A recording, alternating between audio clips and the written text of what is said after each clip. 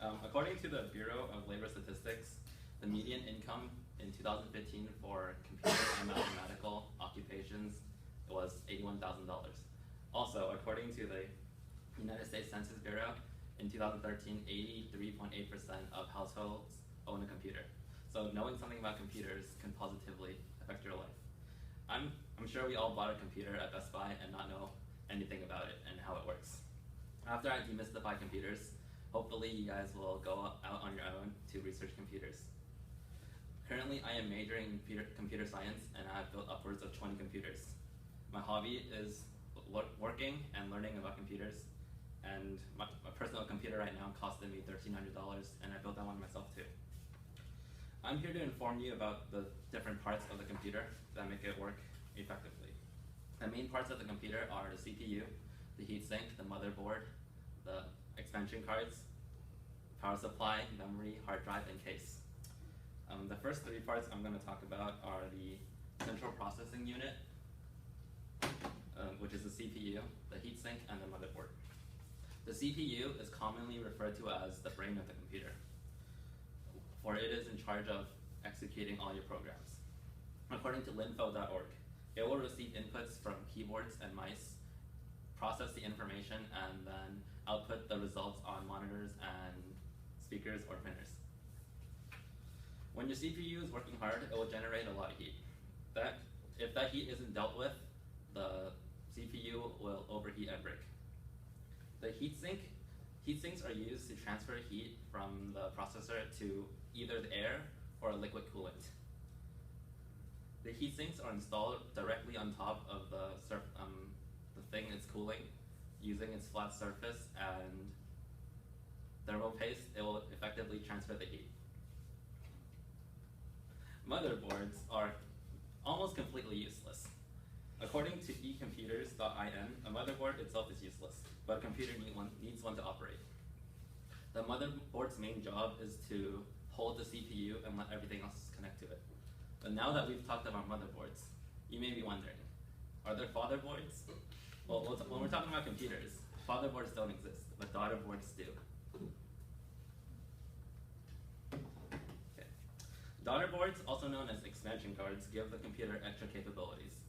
To use these cool features, we also need a power supply for the computer to give it energy. There are different kinds of expansion cards, ranging from sound cards, network cards, to video capture cards. But the most popular one is the graphics card.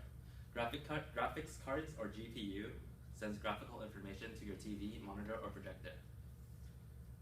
It is not necessary for all computers to have a graphics card, but it is needed for gaming, which I like to do, 3D visualization, and having multiple monitors.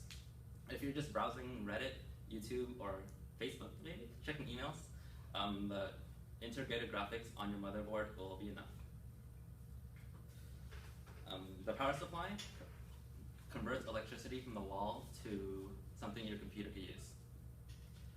The power supply for each computer build is different, and it depends on how many strong parts you have. For me, I have 2 graphics cards, similar to that. The power supply found in my computer will be a lot bigger than the power supply found in, let's say, the campus or like workplaces. Also, don't buy a bad power supply, because if it's bad at converting electricity, it will damage your computer parts.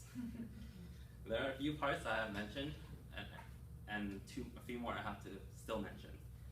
And hopefully everything will still be in your memory. There are 2 forms of memory that a computer uses: volatile and non-volatile.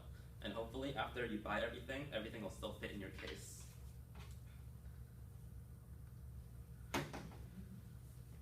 Volatile memory, also known as random access memory, or RAM, needs power to maintain the information that's stored on it. Meaning if your computer is turned off, the information on it is immediately destroyed. The RAM cannot hold a lot of information, but it can read and write information the fastest out of all the other parts. Non-volatile memory, also known as long-term memory, is not destroyed when your computer is turned off. Hard disk drives is the slower and not cheaper alternative to long-term memory. It stores information on a rotating platter, and this performance is dependent on how fast it can spin. The other method of long-term memory is a solid-state drive. It is cheaper, it is more expensive, but it's faster, more efficient, lighter, and doesn't make as much noise as the hard disk drive. Finally, that's the last part you need is a case. The case you get doesn't matter as long as it fits all your parts. And like all the other parts, it will depend on your budget. Usually, people just get the one on the right because it is cheaper, but if you want to waste money, you just get the fancy ones. Those are all the parts of the computer.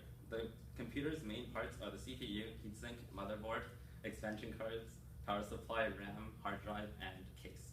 With all these parts working in unison, your computer will work effectively. If you're really planning on building your own computer, visit pcpartpicker.com to see if your parts are compatible with